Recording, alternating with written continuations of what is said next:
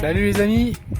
Bon, je me suis lancé un défi pour cet été, c'est remonter chez moi depuis le sud vers la vallée de Aspres-Laragne et de remonter voilà, en vol bivouac pendant 2-3 jours. Là je suis au décollage de Aspres-sur-Buch et je suis donc à la Longeagne. Je suis bien placé pour demain matin où il y aura normalement encore une très belle journée à faire. Bon bah voilà, jour 1 de mon périple, je suis installé dans ma tente. Il est quoi, 22h20. Je suis arrivé tard aujourd'hui, j'ai pas pu me libérer plus tôt et j'ai dû monter à pied au déco d'Aspres. Je pensais pouvoir faire un premier vol d'Aspres jusqu'à Gap vers 17h, mais en fait je suis arrivé à 7h moins quart au déco. C'était passé vent arrière, travers avec de l'ouest, nord-ouest. Donc voilà, on va passer la nuit sur le déco. J'ai une belle vue quand même. Après je suis pas loin des antennes, c'est un peu dommage. Le vent commence à se calmer. Là-bas il y a le pic de Bure. Et donc voilà, c'est demain que ça va se jouer. Demain, grosse journée, belle convection normalement. Ça va être du gros vol. En parlant du plan de vol, on en reparlera demain matin, mais voilà, l'idée c'est de rentrer chez moi, du côté de Chambéry, Aix-les-Bains, au moins jusqu'à Alvar. Et si possible, en 2 jours, ce serait pas mal. Voilà, bonne nuit. Allez, on va se reposer.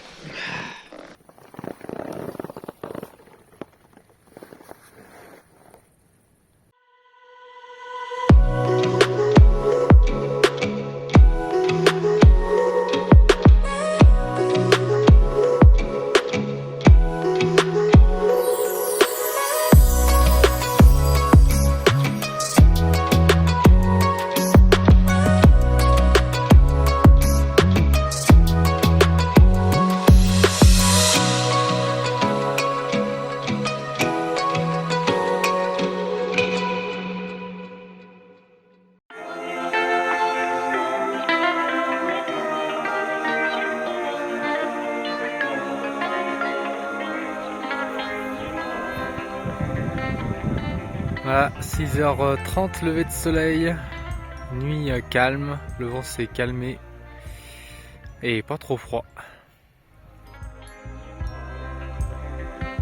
Et donc le plan, voilà, c'est depuis Aspres d'aller direction Gap en passant par le pic de Bure et traverser la vallée de Gap et continuer ensuite vers les Richards, enfin raccrocher là où je peux et remonter la vallée du Champsaur, la vallée du Drac, et ensuite de remonter tout ça jusqu'au Taillefer, de passer ensuite sur Champs-Rousses, Beldon et puis de rentrer jusqu'à Alvar. C'est le plan quoi, on verra. C'est que des coins que je connais pas.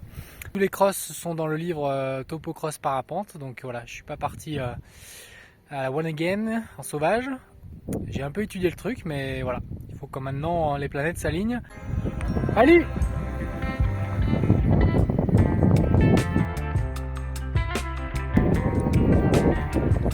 Ça va et toi? Bon bah je suis presque prêt au départ.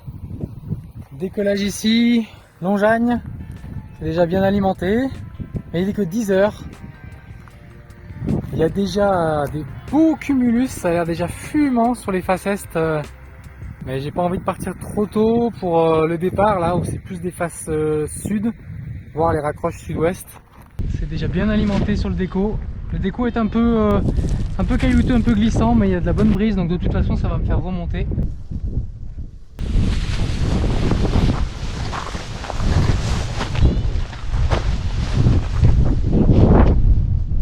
Ok, ça c'est du déco, oualala.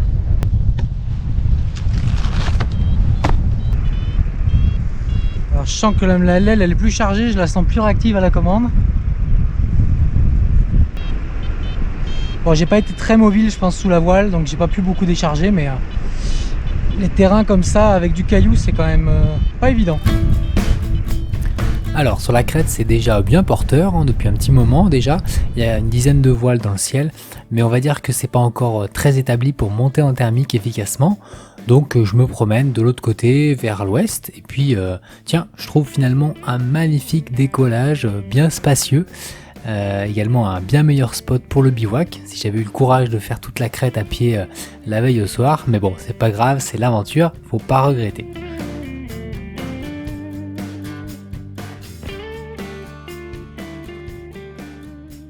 Bon, il est temps de chercher le thermique d'extraction. J'essaie de monter à plusieurs reprises, mais les thermiques se font pas mal décaler par le sud et j'arrive pas bien à les centrer jusqu'au bout. Et finalement, c'est au bout de 45 minutes que je trouve enfin ma sortie et je pars à 2450 mètres. Je fais comme indiqué sur le topo pour l'instant, direction la crête de la Grésière, et je trouve rien du tout. Elle est plutôt orientée sud-ouest, donc il est peut-être un peu d'eau ici, mais il y a deux voiles qui étaient derrière moi et l'une d'elles a visiblement trouvé un gros thermique sur la crête précédente, un bon +3, je prends 1000 mètres en moins de 5 minutes, et voilà. De là, je décide de me diriger vers un nuage qui semble bien actif, une falaise bien blanche avec un beau collecteur, un beau déclencheur, plutôt que par les avant-reliefs qui n'ont pas l'air encore bien allumés à cette heure-là. Je rejoins donc les deux parapentistes qui enroulent avec un planeur. Moi, je suis pas très à l'aise à l'idée d'enrouler à 4 là-dedans, avec le planeur qui ferait des grands cercles autour de moi. Donc bon, je me mets solo dans un noyau secondaire en avant. Et là, on voit bien sur la trace que le décalage du vent de sud est assez marqué. J'avais pas une ascendance très puissante, j'avais à peine du 1 mètre par seconde en intégré, mais ça suffit pour me pousser vers le massif du Dévoluy. Petit thermique bien solide en tout cas, que je garde jusqu'au nuage à 2930 mètres. Là, je me dis que ma journée est bien lancée, le massif me tend les bras, je suis vraiment hyper content et j'ai hâte de voir la suite. Alors, pour atteindre le pic de Bure, je me dirige tout d'abord vers la tête des Prats Arnaud. Et je fais attention à pas me faire coincer latéralement par le sud, j'essaye de bien contourner cette épaule. J'assure la meilleure hauteur possible. Alors le massif a l'air bien fumant quand même. Et je raccroche tranquillement au vent. Et là, j'en prends plein les yeux. J'arrive dans ce décor magnifique, calcaire sculpté par le temps. C'est complètement pelé, en tout cas il n'y a plus d'arbres du tout. La montagne elle est beige, grise, désertique. C'est vraiment un paysage lunaire. L'aérologie est généreuse, donc je prends des marges. J'ai pas besoin de coller le relief pour monter régulièrement. J'ai trouvé l'aérologie des Alpes du Sud plutôt saine à ce moment-là. Mais je regrette pas d'avoir attendu toutes ces années d'expérience pour être plus à l'aise dans cet environnement en plein après-midi. Et puis vous verrez par la suite que certains thermiques peuvent être quand même très turbulents. Ah, le décor, on dirait qu'on est sur la Lune. Incroyable. J'aperçois du coup les paraboles de l'interféromètre du plateau de Bure, le genre de télescope qui permet de faire ce genre d'image de l'univers. Et pour la petite histoire, c'est grâce à la technologie de radioastronomie qu'on peut aujourd'hui utiliser la technologie du Wi-Fi dans notre quotidien. Voilà, c'était le petit moment culture générale. Une fois que j'ai fait le tour du petit cirque, je trouve un bon thermique. J'avais repéré des planeurs qui enroulaient dans le secteur et je vais atteindre le nuage et je vais dépasser pour la première fois les 3000 mètres. On a une vue vraiment imprenable de là-haut. Maintenant, il y a le reste du Dévoluy qui s'élargit devant moi. Et j'hésite un petit peu à couper à travers le massif. Mais bon, je vois des vallées qui sont quand même assez étroites. Ça me paraît un petit peu engagé et incertain. Donc bon, je préfère prendre le temps nécessaire pour faire le tour, un peu comme dans le topo.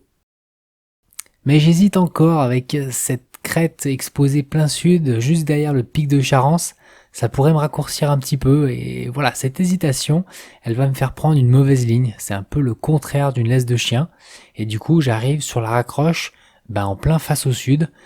Et en bas, il n'y a toujours pas de brise d'ouest. Donc le sud descend finalement jusqu'aux basses couches. Et je me fais vraiment appuyer. Là, je descends jusqu'à 1500 mètres. Je suis plus qu'à 10-15 mètres sol. Faut absolument que je travaille cette zone, même si elle est pas très agréable. Le sud est assez rafaleux. Il y a parfois des grosses bouffes qui m'entraînent un peu en arrière. J'ai maintenant en vue un terrain de secours au cas où quand même. Alors il me faudrait un minimum de hauteur pour passer à la crête suivante. J'attends un déclenchement efficace. Je suis pas très à l'aise avec toutes ces arbres dans la combe, mais bon, je lâche pas l'affaire et ça va finir par passer. J'arrive du coup sur la croupe de Charence et tiens, j'aperçois même une balise FFVL. J'aurais peut-être pu anticiper ce passage en regardant la direction du vent sur spotter pendant la transition.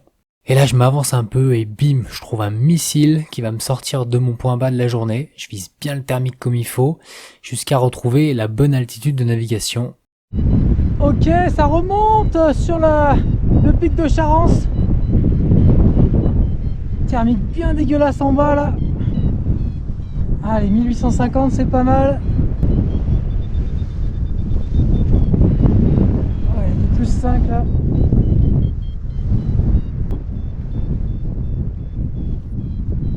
2600, parfait. Je peux enfin souffler et profiter de la vue sur la ville de Gap. Et c'est là que va commencer ma grande remontée vers le nord. Bon là maintenant je suis poussé par le sud. Donc tous les thermiques que j'enroule ils me poussent dans la bonne direction.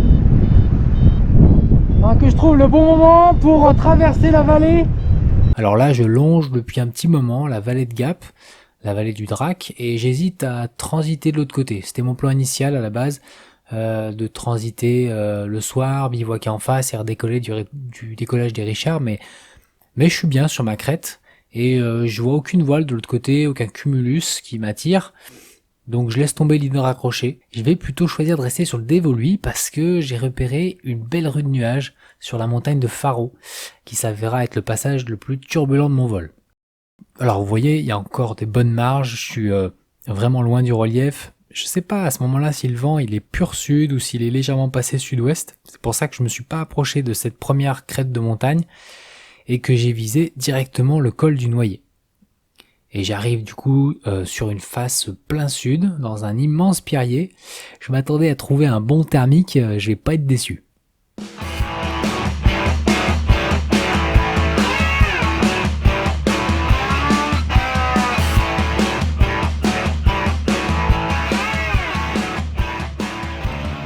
En fait au début ça remonte gentiment, c'est plutôt homogène, que ce soit en enroulant ou en dynamique sur le flanc du pierrier.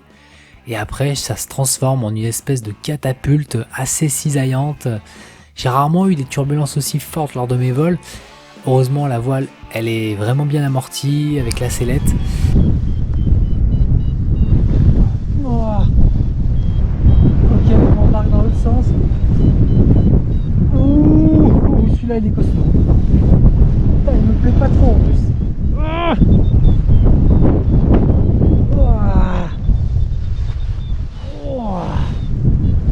Oh là là.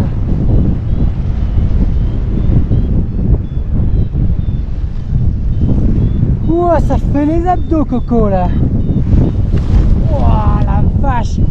C'est quoi ce machin? Bah, moi qui trouvais les thermiques qui avaient été cool jusqu'à présent. Oh, je me retrouve à 2007. Ouah. Il déboîte celui-là. Oh. Là je suis quoi là? Je suis quasiment à l'arrêt là. Il va falloir me mettre au vent Coco là, hein. Je peux pas me mettre derrière ça. Hein. Non, ça ne va pas le faire. Ouah. Ouah. Oh là là, comment ça arrache. C'est le fait aussi que je sois bien chargé avec mon matériel de vol bivouac. J'ai une résistance un peu plus importante dans les turbulences avec une charge à l'air un peu plus forte. Et je finis par enrouler ce thermique, je suis à 2700. J'enchaîne du coup avec le cheminement qui est très actif et qui va littéralement me propulser vers cette rue de nuages.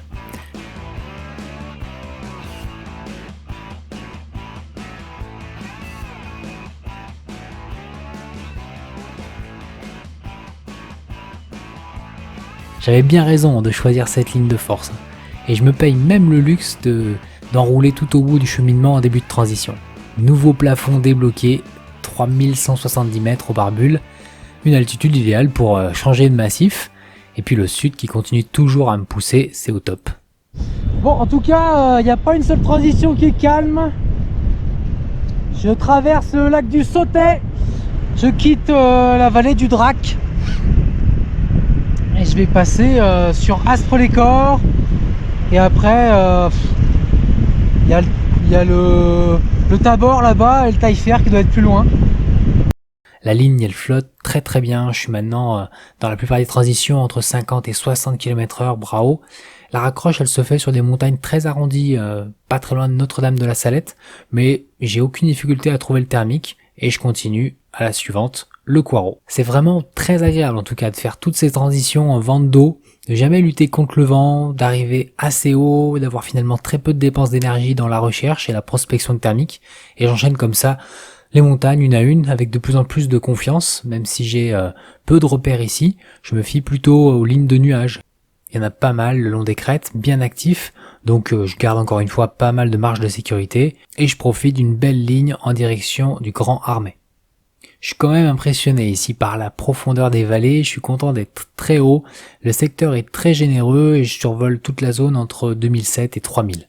Ah ouais, je suis bien plus haut que la base de l'Alpe d'Huez, ouais.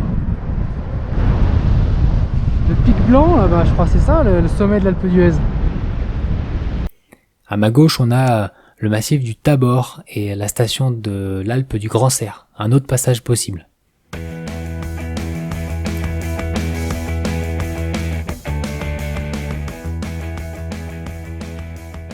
Je peux alors transiter vers le Taillefer et ses impressionnantes faces sud-ouest.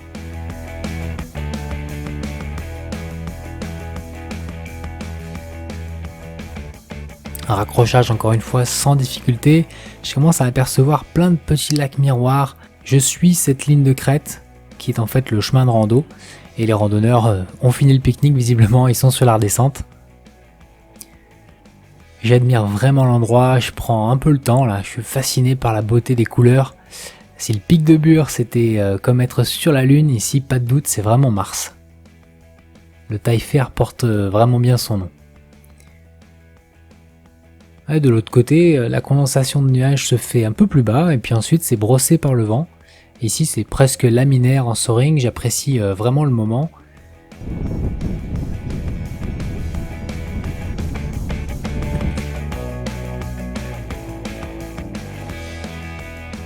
Oh là là, comment c'est magnifique! Wouhou! Je suis tellement en avance que je peux me permettre de zoner un peu. C'est trop beau! J'en prends plein les mirettes, ça c'est clair. Et puis entre les barbules, je me jette dans la dernière grande transition, direction le massif des Belledonnes et la station de Champs-Rousses. Survol de la vallée de la Romanche, une transition qui pourrait paraître impressionnante, la brise doit être assez forte en bas, et puis il n'y a pas l'air d'avoir tant d'endroits pour poser, mais encore une fois, avec le vent, j'atteins la vitesse maximale de 71 km/h, et je passe largement au-dessus de la station. Alors je sens que l'objectif se rapproche, c'est déjà incroyable, j'ai bientôt passé la barre des 100 km, et j'ai tous les copains et mes proches qui me suivent sur le live et puis m'encouragent, ça fait vraiment super plaisir. Je passe au-dessus des lacs Robert. Belledonne c'est rempli de petits lacs, certains sont naturels et d'autres avec des barrages. Et traverser le massif à pied, ça doit être une sacrée aventure aussi.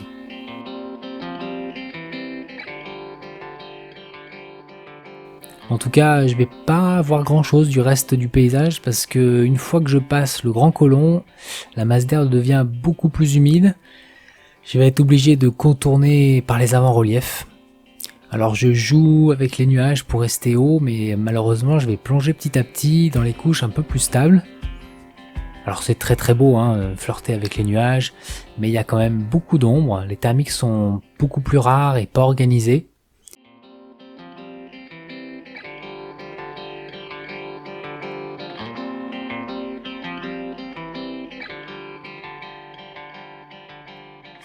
J'essaie de rester le plus proche possible du plafond pour optimiser mes lignes. Et là je vise, là il reste encore un peu de soleil sur la station des Sept-Lots. Alors 1700 mètres, je commence à être un peu bas, je sens la chaleur à ce niveau-là. Je prends un peu le temps de trouver une bulle qui me ressort tant bien que mal, à 2100 mètres. J'aimerais bien remonter un peu plus haut sur le Haut-Bréda, monter, mais bon ça monte pas plus que ça, et je continue sur ce plateau entre Pipet et Le Plenay. Ça rejoint petit à petit la grande crête du Cré du Poulet. Voilà, s'il était tard le soir, je pourrais tout à fait me reposer par là pour bivouaquer. Alors je me maintiens à peine sur cette crête, il y a un mélange de sud et de brise montante ouest, ça rebondit bizarrement.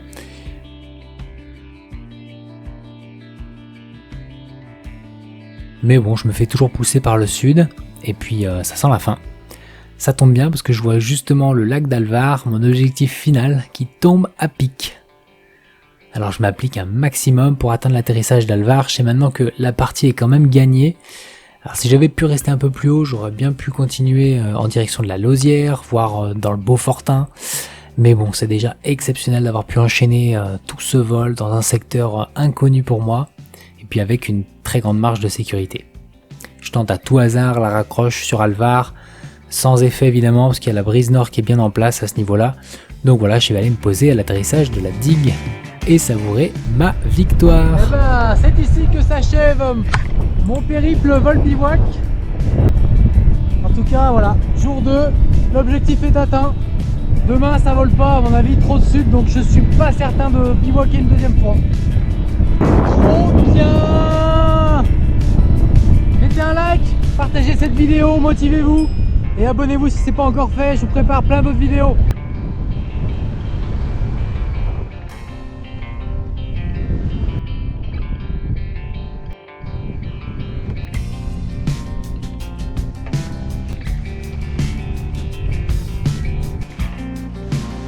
Et ben bien me poser à Alvar après 5h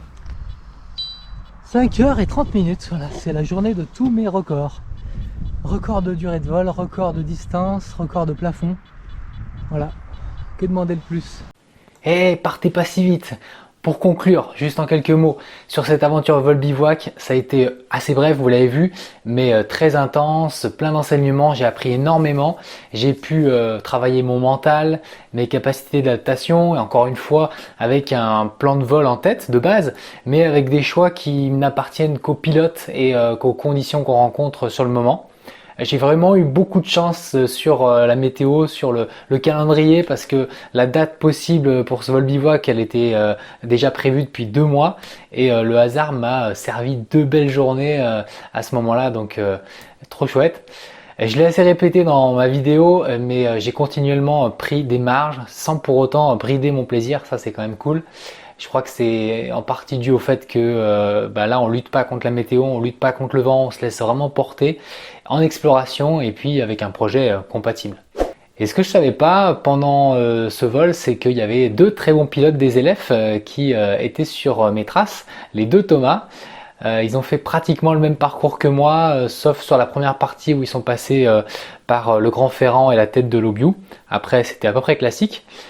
Mais en tout cas, ils ont été assez malins avec un petit plan covoiturage Blablacar à l'aller et le retour en distance libre avec le vent. Je pense que je vais retenter ça un de ces jours avec un vent météo compatible sur des projets similaires. C'est assez cool.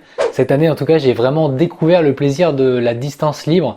Et quand on passe sur plusieurs massifs différents, en fait on dispose d'une certaine liberté de choix d'itinéraire et ça fait beaucoup progresser en analyse et topographie. Alors là j'ai choisi des axes assez classiques pour ma première là-bas et ça a bien payé. J'ai fait mes records perso et à ma grande surprise en déchargeant ma trace le soir, je me suis rendu compte que j'avais aussi fait le record Sea Ride du site là-bas. Donc bon. Cool, voilà. Et si vous me suivez aussi sur Instagram, vous savez peut-être que j'ai fait un autre vol record dans le sud. Alors voilà, si vous voulez en savoir plus, je vous conseille de vous abonner, d'activer les notifications et puis venez sur Insta aussi. C'est plus intime, vous allez voir. Faites de beaux vols et puis surtout, n'oubliez pas de vous faire plaisir. Allez, ciao!